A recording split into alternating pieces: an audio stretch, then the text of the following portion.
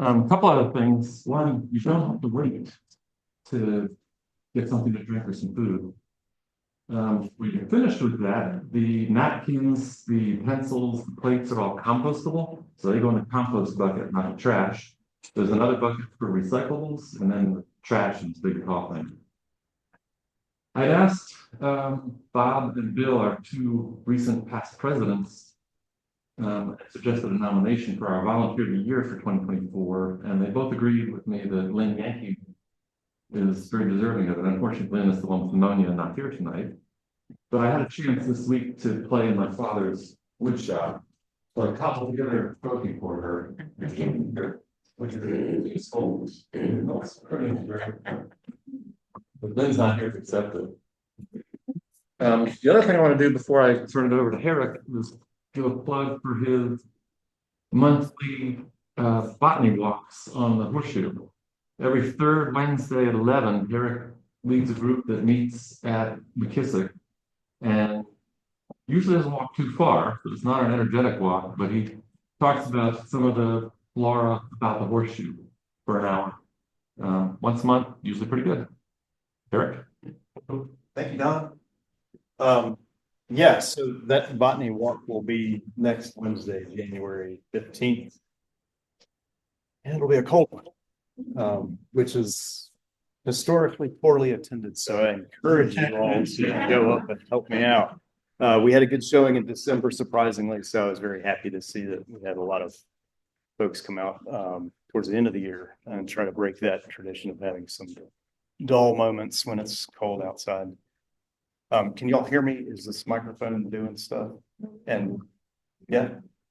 Okay, greetings. Thank you for inviting me to do your first meeting of the year talk. And when Don had asked me, I was kind of toying with some ideas of like what to talk about. And I figured one thing that I get really jazzed about is winter twig identification. I mean, it's fun looking at stuff that in the herbarium would be worthy of the gallery of shame and trying to make a positive identification of it. But he said, let's try something that's more sort of theme oriented, maybe a certain group of plants. And I decided to go with something that I'm somewhat familiar with since I did some work on my PhD in some of these species. And it seemed fun to have this little pun with tea time. How do I get this to advance? Okay. All right, so I wanted to start with the name of this family, which is kind of bizarre. All right, Thea or T is it's named that basically because that's the common name that we give the plant that gives us the ground up dried leaves that we use to brew and steep a drink. But what's weird about it is that this is a name that Linnaeus coined in his Species Plantarum in 1753 for this plant that he called Thea sinensis. Nowadays, it's called Camellia sinensis.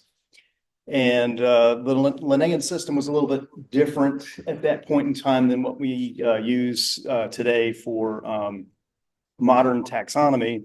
And he used this thing called a sexual system. So he was really more concerned about, well, how many male and female parts do you have in this flower?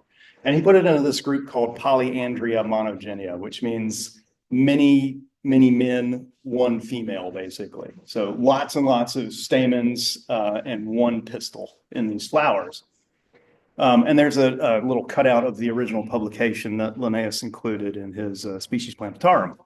Later on in volume 2 of that work, same year it was published, 1753, he coined the term Camellia japonica for this shrub that we have planted all around Columbia and parts of South Carolina. It's, hails from Japan originally, or parts of Asia, and blooming right about now. And he noticed that one of the subtle differences in this plant was that, or if you looked at the flower closely, that all of the filaments tend to be fused at the base, and what he considered that to be a brotherhood, right? They're all one sort of unit. And he got this term monadelphia, which means a single group of men, one brotherhood, and then that's then split into many separate little anthers or whatever, so many stamens. And interestingly, he also included the North American species Stewartia malacodendron, which we call the silky camellia, as part of this treatment. So they were all part of that in that same group, Monodelphia polyandria. All right. So time progresses, and this fellow Mirabel looks at camellia and he says, well, you know, it's kind of similar to Thea. I'm going to group them all in the same family. All right. And since Linnaeus coined the genus Thea first, that gets priority and that becomes the type genus, which gives us the family name. This is kind of how taxonomy works now. We have sort of a quintessential species for a quintessential genus, and that quintessential genus becomes the type for the family. And we formulate that family name by taking the generic name that's the type for that group and adding ACEAE to the end, right? Theaceae. All right. Well, then this fellow, Robert Sweet, came along and said, I don't buy it. Says, I don't think that Thea is a legitimate genus. I think it all belongs in that later group that Linnaeus coined called the Monodelphia polyandria. And so he lumped what Linnaeus called Thea sinensis into the genus Camellia. And in so doing, dissolved the genus Thea. So now we have this family that is named for a genus that no longer exists, which is kind of weird. Just an interesting little taxonomic conundrum there. Okay. So I'm going to give you kind of a broad brush look at the entire family from a global perspective and try to narrow it down to our region. So globally, the family Theaceae consists of about 9 genera. Some people might say 8 because they tend to lump this largely South American group in the genus Laplacia into Gordonia, which you might be familiar with. Gordonia is one that is native to our part of the world. Collectively, there's about 200 to 450 species. If you guys are, any taxonomists, you are familiar with their habits of lumping and splitting. So there's a lot of ambiguity in there, and we're still trying to figure things out when we're looking at the genetic makeup of these different entities. Largely, they tend to be tropical, subtropical to warm temperate in their distributions. They don't really get boreal. We think that when they first started evolving, they were kind of near the equator, so they don't really have a lot of cold tolerance. And most of the diversity occurs in the Old World in parts of Eastern Asia. The only oddball to that is Stewartia, which has a number of species that are in parts of Eastern Asia, and then only 2 species that are native to our neck of the woods. So in 2001, Linda Prince and her partner Parks did a nice exhaustive phylogenetic study, looked at a number of herbarium specimens, ground up the leaf material, got the genetics out of there, and broke down the family into 3 tribes, the TE, the Gordonii, and the Stewartii. And what's interesting is that you can see in the Gordonia, Franklinia, and Gordonia kind of fall out right next to each other. Those 2 are native to the southeastern U.S. Stewartia is kind of a standalone thing. And then all the other things that you see up there in the TE are Asian, except for Laplacia, which tends to be distributed in South America. And that's the one Laplacia that sometimes people think is Gordonia. So if you look at Kew Gardens, Plants of the World online database, you won't see Laplacia listed as a legitimate genus. They vary it in Gordonia. And you'll see more about that in a second. Okay, so these maps are taken from Plants of the World online. And you can see that there's this Apterosperma genus that's Southeast Asian in origin. Camellia, which is broadly planted around the world and tends to in some areas around our neck of the woods tends to escape and is apparently introduced. But I didn't realize all the purple shading in that bottom left-hand map that shows other parts of the world where it has been introduced as well. What's that genus up there? Polyspora, ranging from India all the way into Malaysia, Indonesia, and Pyroneria and Shima. Now, Shima is actually one that is very closely related to Franklinia, which is considered to be extinct now in the wild. How do I get to the next? Let's need to click on.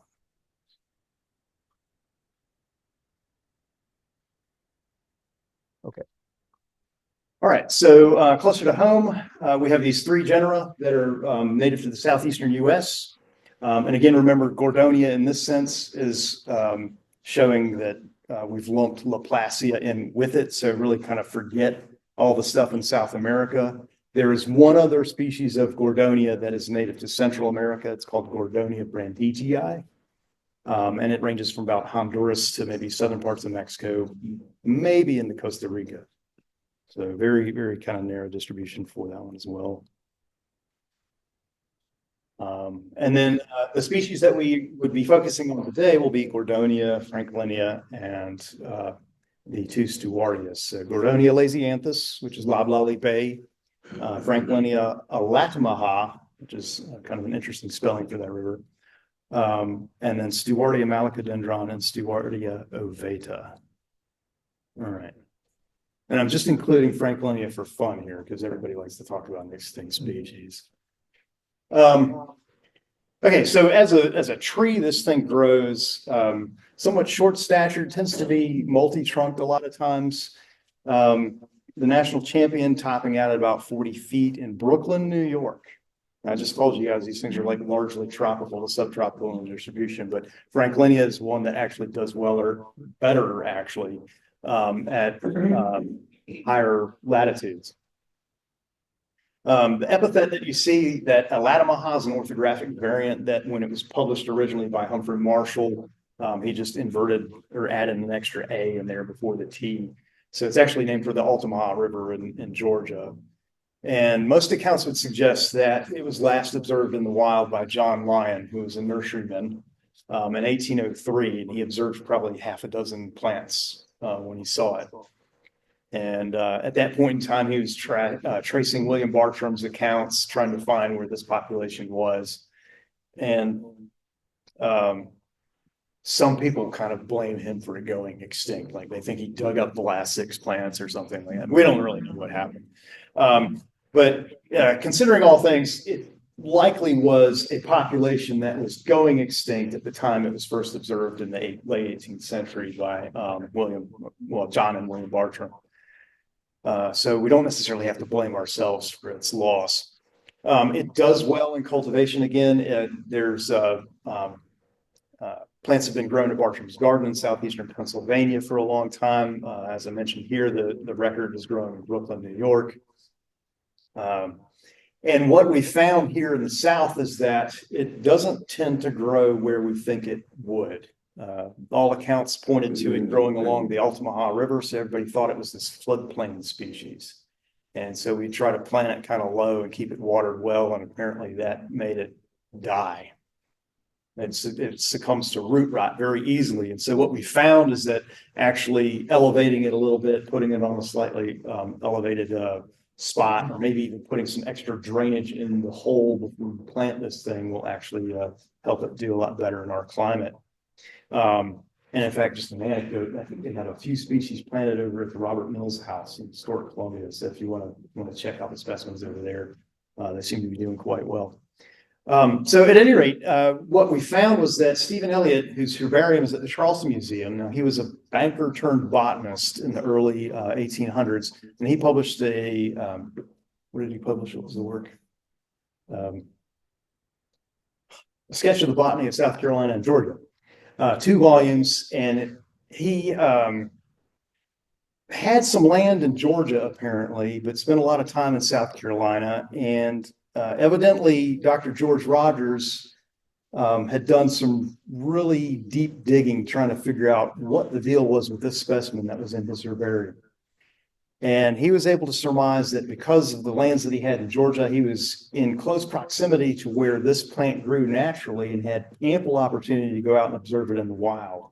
And somewhere in there, he found this documentation, and Al Sanders, after Dr. Rogers had died, Al Sanders dug through all those notes and determined that Dr. Rogers had come to the conclusion that, in fact, Elliott had collected it in 1814. So 11 years after John Lyon, presumably was the last to see it.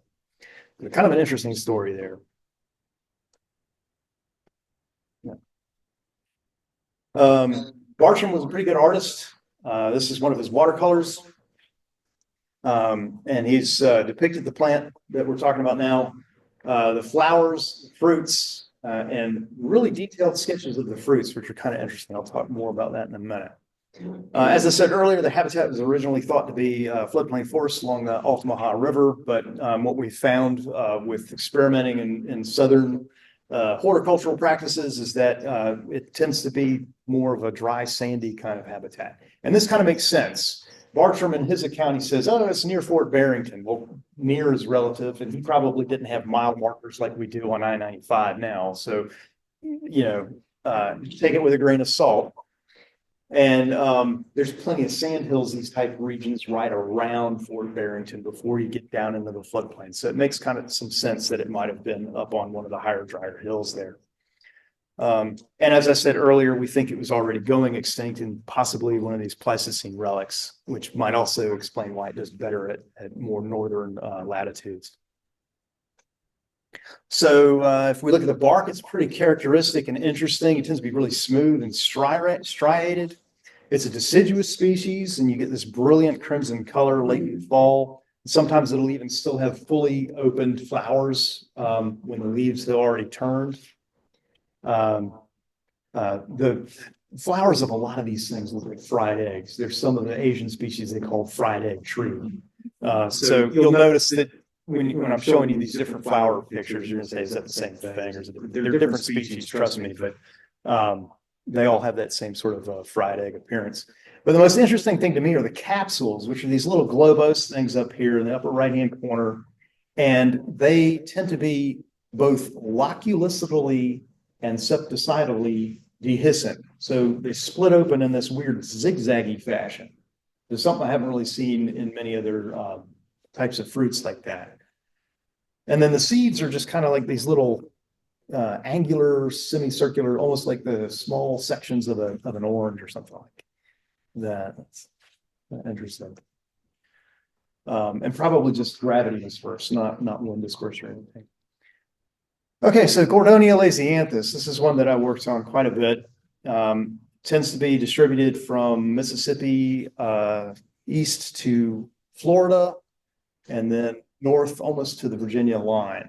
There are actually a few plants growing in a botanical garden just across the state line in Virginia and southeastern Virginia that are doing quite well.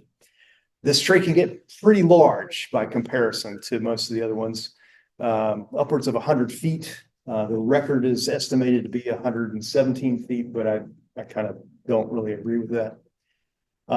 It's more of, this one shows more of an affinity to sort of the tropical origins of this group. It tends to be restricted to the southeastern coastal plain. The common name loblolly bay. Loblolly was a term that was given to sort of a ship's mate that would like mop the deck of a ship or something like that, and they were considered to be deficient in intellect. Okay, so the tree based the term loblolly kind of means just dumb, and I think that's because the wood tends to be really weak. And what you'll find is in high windstorms and stuff, it'll lose a lot of branches. They'll just fly all over the place. It cannot tolerate a snow load at all. And when we get temperatures that dip down into the teens, you'll actually notice the leaves starting to get a little bit of frostbite. Okay, so some of the things that I've found, and if you look at this range map here, this is a new individual tree species atlas that was put out by the U.S. Forest Service. They used a lot of like point data collected through U.S. Forest inventory analysis to create the darker shading that you see in this map. And then the lighter shaded purple areas are a map that was developed by Elmer Drew Little in 1977, who kind of did a herbarium crawl to figure out where these plants were occurring in the world. Notice that there's a few blobs to the west in southern Mississippi, Alabama, the panhandle of Florida. And then you've got like these gaps where it just kind of skips over. So early accounts of the species date back to Plukenet and his Zolmathian I can't remember the title. I think I've got it on here. It's so 1705 when you first mentioned it. Catesby talks about it in 1729. Linnaeus originally described it as Hypericum lasianthus, and then Ellis later on combined it in the genus Gordonia. The funny thing there was that Ellis was suggesting that he named it after Alexander Garden's mentor. Alexander Garden was the one that had sent illustrations of this thing to Linnaeus. This fellow's name was Dr. James Gordon. But then he changed his name and decided to name it after a different James Gordon. So it's really kind of goofy, but who cares? It's the same thing. Yes, so Plucanet's Elmathium Botanicum in 1705, a pretty rough sketch of it, but still pretty recognizable. Interesting, the seeds show the apical wings that they have, the capsular fruit that splits open along all the locules open up and release, let's see, 1, 2, 3, 4, 20 seeds, I think, total. And Plucanet called it the Rose Bay. Catesby's account was pretty interesting. He's got a nice full color illustration, as most of his illustrations were the first that Europeans had seen in full color, like North American flora and fauna. But the cool thing with Catesby's illustration is that he's got every single stage of the flowering and fruiting in that. And that's not, sometimes that's sort of a trope boy where they're trying to play tricks on you, and they've observed a plant in a garden and they looked at the flower, early in the season, then later on the flowers are all gone, and then you see the fruits, and somehow they draw it all on the same thing at once. So it defies the laws of time. But in this case, this tree actually does this. It blooms for a very long time. Starts maybe late May or June, continues through December. If it didn't get cold, it'd probably keep on going. Again, kind of a clue to its tropical origins, I think. And so as it's moving along by October, the first flowers have started to produce mature fruits that are beginning to open. That times perfectly with our climate around here because October tends to be really dry. And these are dry capsules that have to have low humidity in order to open up and shed those seeds so they can get blown around. Catesby's descriptions are also really interesting because he tells you where this thing grows, wet places, usually in water, blah, blah, Bay, Carolina bays. It all makes sense. It tends to inhabit things like precosins or maybe small stream heads, but generally associated with longleaf pine and its distribution. So kind of a cool thing to do here is to look at the longleaf pine habitat and where that occurs in the world. Right here. And then if I overlay Little's range map for Gordonia lasianthus, you can see the red cross hatching shows that it matches pretty much where longleaf pine occurred historically. And then I took information from the forest inventory analysis to create a new range map, and it still overlaps really nicely with longleaf pine. So it's kind of this thing that inhabits the overall longleaf pine ecosystem, but little pockets that are wetter and prone to supporting other kind of bay type vegetation.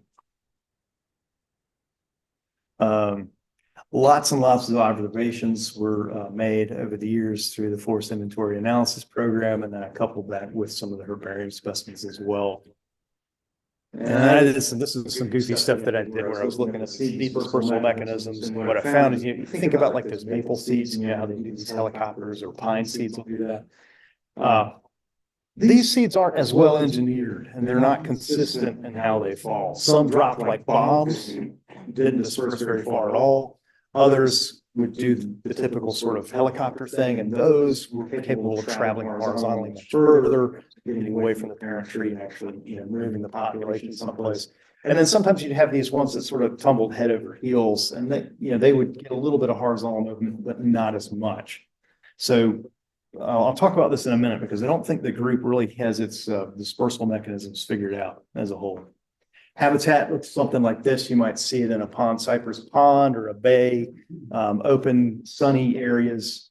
Has to have a lot of light, doesn't do well in shade. And it's also an evergreen species. Okay, I think I've mentioned a bunch of this. When the flowers first open, they open at the crack of dawn. Sometimes they are so well endowed with nectar, you can go out there and watch one of these trees that's just got the flowers opening, and nectar is just dripping out of it. It's not, I mean, you'd be covered in sticky honey stuff if you stood under one of these things. And then by about 24 hours later, the flowers are done and it'll shed the entire corolla and the andrecium. So all the stamens and filaments will all fall off because they're fused basally to the bases of the petals as well. And at that time, what's interesting is the sepals kind of move forward and wrap themselves around the base of the pistil and sort of act as like maybe a protective covering for the developing ovary at that point in time. Really neat little process. Some views of the fruits and how they look when they start to open. And again, you have to have at least lower than 67% humidity for this capsule to open and shed its seeds, which makes sense. You know, if there's a rainstorm, you don't necessarily want your seeds getting blown around. You want to have a nice dry day where the wind will carry them very, very far. And this kind of illustrates the point. So those seeds were at least at 60, those fruits were at least at 67% at the beginning of the video. And then I sprayed them with a little light mist and you can see them quickly close up. A little bit of a time lapse show there that kind of even post-mortem, these things continue to move. Really interesting stuff. National champion in Jacksonville, Florida. It's got 2 trunks, LiDAR data, you know, laser beams that they shoot down from the sky. And ground truthing indicate that it was probably closer to about 100 feet. Still pretty big by our standards. If you look at most of the ones in South Carolina, they don't really seem to be that tall. Okay, moving on to the oddballs. All right, so Stewartia malacodendron is this one that's distributed mostly in the coastal plains. Sometimes it gets up into the Piedmont. The largest one that we know of is 19 feet. So it's kind of like an overgrown shrub. And again, it's one of these things kind of like Franklinia that tends to have multiple low trunks. So it looks shrub-like. We still consider it a tree. Ranges all the way from southern Virginia to eastern Texas, but very patchily distributed along that range. We've got 2 range maps. The one in the upper right-hand corner there is, again, Elmer Little's from the 1970s. And then the lower right is Bonap, the Biota of North America project, I think so it's called. And the yellow shading indicates that it's present, but not very common. And that corresponds to the sort of larger gaps that you would see in Georgia. And then the light green shading indicates that it's present and common or abundant. Tends to inhabit music forests, but often these kind of areas where you might have like a slight little hill and a floodplain or something. So it tends to be like higher ground, but in close association with larger river systems and that kind of thing. This is one that Catesby illustrated as well. It's a deciduous species. Both of them have these interesting blue to purple filaments. And in this case, the style is singular, but it has 5 lobes at its apex. Right? And the fruits on this one tend to be more rounded. The seeds don't have any wings. Here's some examples. Again, you can see those bluish purplish filaments. The anthers are really blue, which is like really interesting contrasted colors on this plant. And the silky camellia, that is another common name. The silky Stewartia tends to be really profuse when it blooms. You have lots and lots of flowers just all over the branches, even though they're singular. They're not like in an inflorescence. They're just axillary. And the leaves tend to be held out sort of in a horizontal plane, a lot like dogwood would do. But they are alternately arranged along the stem. Okay, yeah, fruits are rounded, so more globose. And you have seeds that are really, to me, reminiscent of, if you've ever looked at camellia seeds, these are kind of just like a very much reduced in size seed, similar to a camellia. No wing at all. Bark tends to be more on the smooth side with a little bit of like flakiness to it. Not as dramatic as like sycamore or crepe myrtle or anything like that, but it does have a little bit of a, if you take your thumbnail, you can flake a little bit of the epidermis off pretty easily. And this one's interesting because it's basal to the whole group of Stewartia. So it's, it's just one of the 2 North American species, and it's kind of the most primitive one out there. And then there's this whole diversity of other species, maybe half a dozen or more that are over in Asia. And it's like very distantly related to Stewartia ovata, which is like growing right next door to it. So it's kind of an interesting situation. All right, so Stewartia ovata, which we call the mountain Stewartia, is restricted to the Appalachians, basically. National champion for this one is from Clay County, North Carolina, measuring about 33 feet tall, a little bit bigger. This is again found from Alabama to Alabama on the east side, all the way up to Virginia. So yeah, habitat again tends to be sort of these mesic forests. Sometimes you'll find them in clearings among like rhododendron hills, that sort of thing, but largely an understory tree. Okay, another deciduous species. By contrast, the filaments in Stewartia ovata sometimes can be completely white. Sometimes they're purple, sometimes they're blue, and you can see all three different colors on the same plant. So it's kind of interesting that there's that variability. And I'm not sure if that does anything for pollinators or not. This whole group as altogether tends to be very agnostic in terms of what kind of pollinators it tries to attract. They produce a lot of what they call pseudopollen, which is like not pollen that can functionally help the plant reproduce, but it has like lots of proteins and fats in it that are kind of a food reward for things like beetles that are pollinators that eat pollen.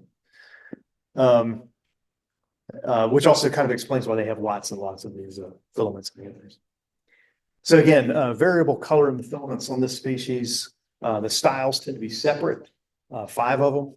Fruits are angled, not globose like Stewartia malacodendron. And then the seeds have these little marginal wings on them. This photos here showing sort of the contrast between the filaments, some of them being sort of white, and others being dark blue. And again, the 5 separate styles, which I hope you might be able to see in some of those pictures. Can I ask a question? Yeah. What time of year are these flowering? Do they have a long range or a relatively narrow? They time? tend to be maybe earliest in mid-May or so.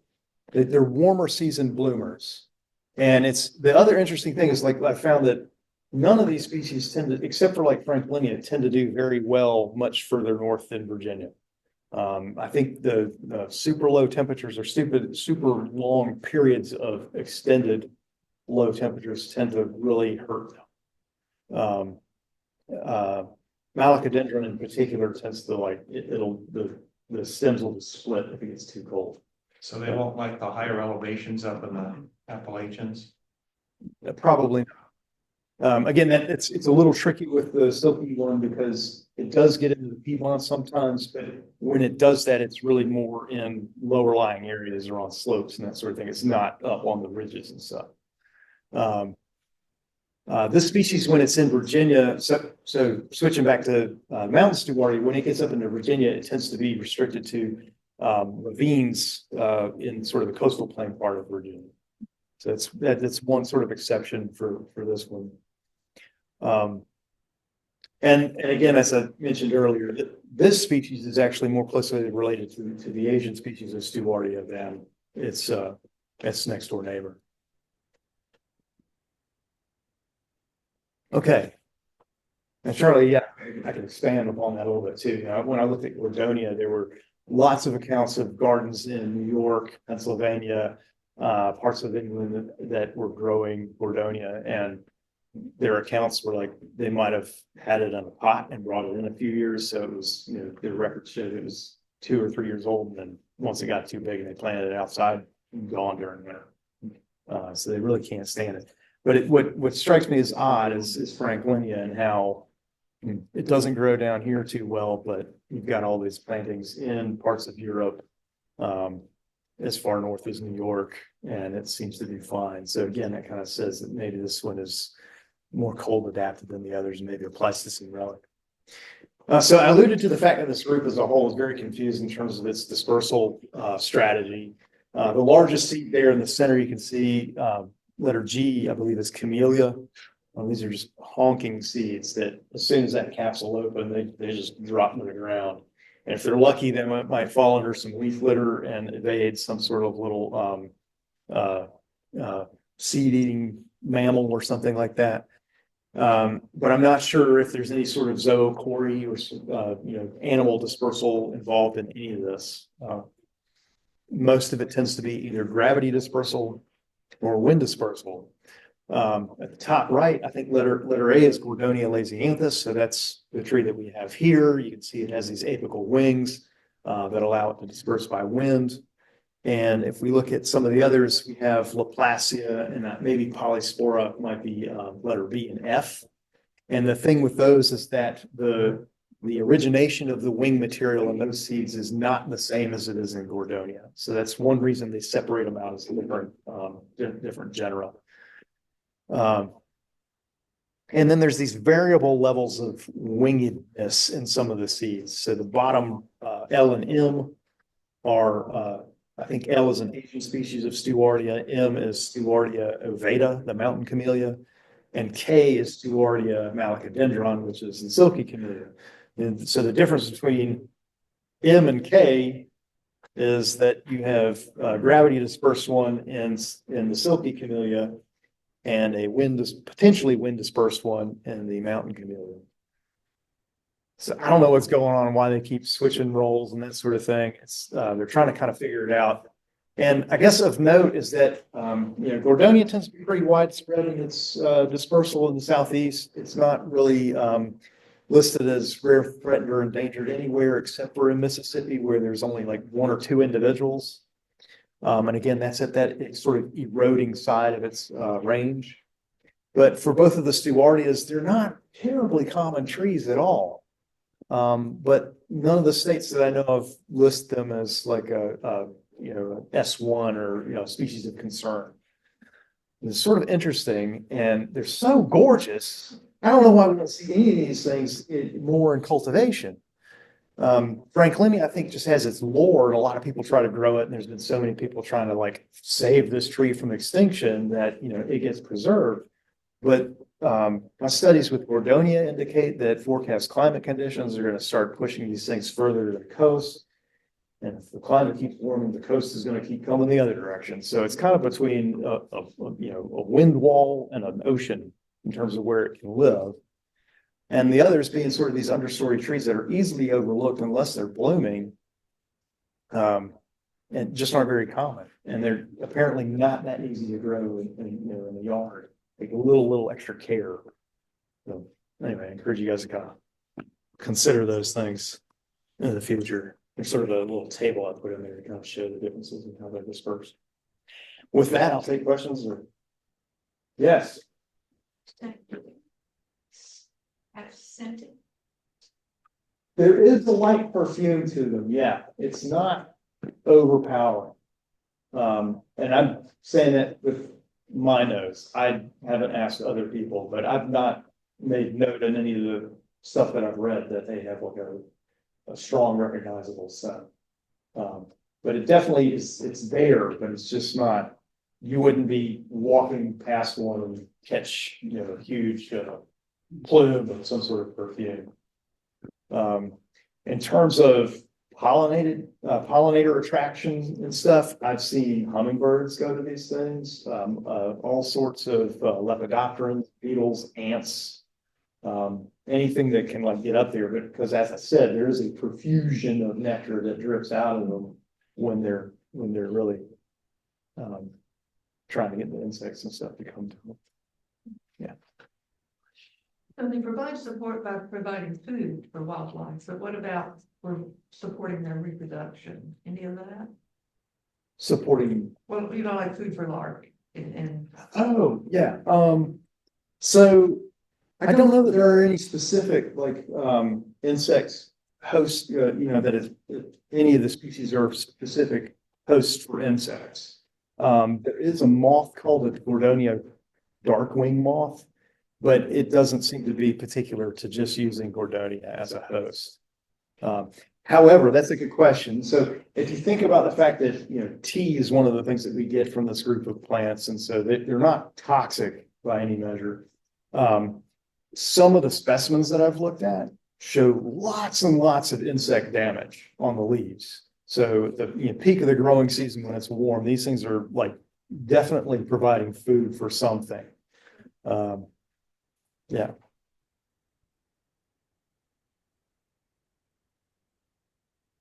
Anything Well, I else? have a Yeah. question. Sure. So you talked about a broad range of plants here that were related to each other, which I guess means that there is back there a common ancestor that led to their. But do you ever, but they seem so different and they're so widespread. So do you ever get convergent evolution that leads you to classify these things? Say that really come from somewhere else? Yeah, I don't know that. Yeah, so the origin has like been debated. So they've looked at a lot of genetic material, put together a pretty robust phylogeny. And if you believe that, it points to the origination somewhere in like South America or Central America. And then the thoughts were that a couple of papers at least suggested that there was some sort of migration which I'm going to say northward into like North America and then west, so far west that they ended up in the east. And that's thought to be the path by which we got all the diversity in Eastern Asia. Some had suggested that there was this Arcto-Tertiary geoflora, okay? And so the reason I kind of tentatively said northward was because during that point in time, North America and Asia were kind of turned sideways and they were both kind of right on the equator. So as this lineage was sort of developing, the world was a totally different place. And the other thing that I'm curious about is like if it did kind of move northward through North America, prehistory, there was a huge ocean that went through the western part of the US. So I don't know how they got over that. Or, maybe they went up Baja, California, and then so far west they ended up in the east. It's really, I can't quite wrap my head around it. And I don't know, I haven't seen anybody kind of really piece it all together. But yeah, I don't know. The phylogeny at least seems to point to a single ancestor. Follow-up question on that is, people in cultivation love to hybridize things. Let's see what happens. So here we got two species of Stewartia in the southeast. I wonder if anybody's tried growing them together, flower at the same time. And let's see what happens when we cross the pollen. And this might speak to your question too, Matt, on those, that there was some postulation that some of those species today were in fact kind of a result of a natural hybridization event. And to what you're speaking about, Charlie, is that horticulturists have made an intergeneric hybrid between Franklinia and Gordonia that they call Gordonia. And it has, I can't remember if I think it's deciduous and it has all the color of Franklinia in the fall. The flowers tend to be like double size, and all the hardiness of both of those together. Yeah. Do you know of spaces around here where these have been found in the wild? I think. Stewartia malacodendron's in Newberry County. Is it in Lynch's Woods? No, but it's down there at Little Mountain. Oh, okay. Okay, yeah. It's in Richwood as well. Yeah, okay. Should be. I know Gordonia is there actually was an account of it. Dr. Batson collected one behind what is now, or what was First-Line Wall. I think there might be some accounts of it on Fort Jackson. So it doesn't, that's probably kind of the inland limit for it centrally here. It does occur pretty frequently in parts of Aiken County. So it gets up to the fall line. And there was a sizable specimen growing in Shandon on Terrace Way near Emily Douglas Park. But what was the hurricane we had recently? Helene, yeah, ripped the top of it out. But again, loblolly, it's real soft wood. And then I've got one in my yard. And I do have a neighbor though that has grown Gordonia, and they trim it like it's a camellia bush. Like they just top it every so often, and it stays maybe 8 feet tall, and it seems to be okay like that. So, Bob. Also, Oh, Belzer arboretum, yes. three of this, three, Three Gordonia, no, we have three of those. all three of them. We have Gordonia and Franklinia. Silver spur. Oh, cool. Okay, yeah, Yeah, not much to see right now, but come in there. yeah, absolutely. Yeah, the arboretum, awesome place. If we were hearing this talk in another, I don't know, 20, 25 years, what might the distribution look like then, you think? Well, if you believe the models that I came up with, it was going to be really grim. I think by 2050, the distribution for Gordonia at least was basically almost off the coast of the Outer Banks, and that was about it. And that's based on prevailing winds pushing largely from the west to the east, and forecast rainfall amounts dwindling into the future. So I think it was pointing to some sort of like not quite desertification here, but during the growing season, it's going to be hotter and drier. Isn't part of that under the assumption that the problem is going to be recruiting new individuals from seeds? The established plants will probably hang on for a while, decades maybe, Right. even as the climate changes. But yeah, the seeds, that's where the critical part of that life cycle comes in. Recruitment, yeah, and they are, yes, so the seedlings on these things, these seeds for all of it, for outside of camellia, they're tiny. They're like fractions of grams in weight. And which makes me think that they're not really palatable for much in terms of critters to eat. They're really hard. I don't know what would eat it and get a meal out of it. They're hard and small. So when they do sprout, they tend to have access to light, right? They're these diminutive little seedlings, and that also means they have a very shallow root system. So any sort of like dry conditions or whatever can easily cause them to desiccate quickly. So yeah, the recruitment issue is the bigger factor. Once the tree is established, it doesn't suffer as much. And I've seen that with Gordonia, which, for all intents and purposes, you would think of as a bay tree with its feet wet, probably 4 or 5 months out of the year. But you can grow them in your yard once you've got it established and up to a size that's gives it a big enough root system to handle it. One of my yards is probably about 20 feet tall at this point, 25 maybe. And I guess a few years ago, we had like pretty long extended period of dry weather. And you can see the leaves are starting to curl up a little bit on it. But if it were a younger tree, I would expect it to have been a crispy critter pretty easily.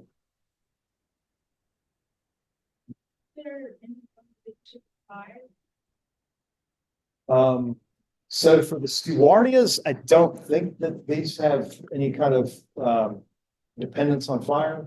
Gordonia probably would thrive with periodic fires just to clear out the underbrush, because it does have to have a good deal of light to flower successfully. Seedling recruitment in Gordonia, I know it has to have exposed mineral soils. So it's likely that it would tend to have better recruitment around the periphery of the Carolina Bay or something like that, where you had some sort of natural disturbance stuff through periodically and take out a sort of a shrub layer or that sort of thing. Anything else? Thank you, Herrick. Cool. Thank you, guys.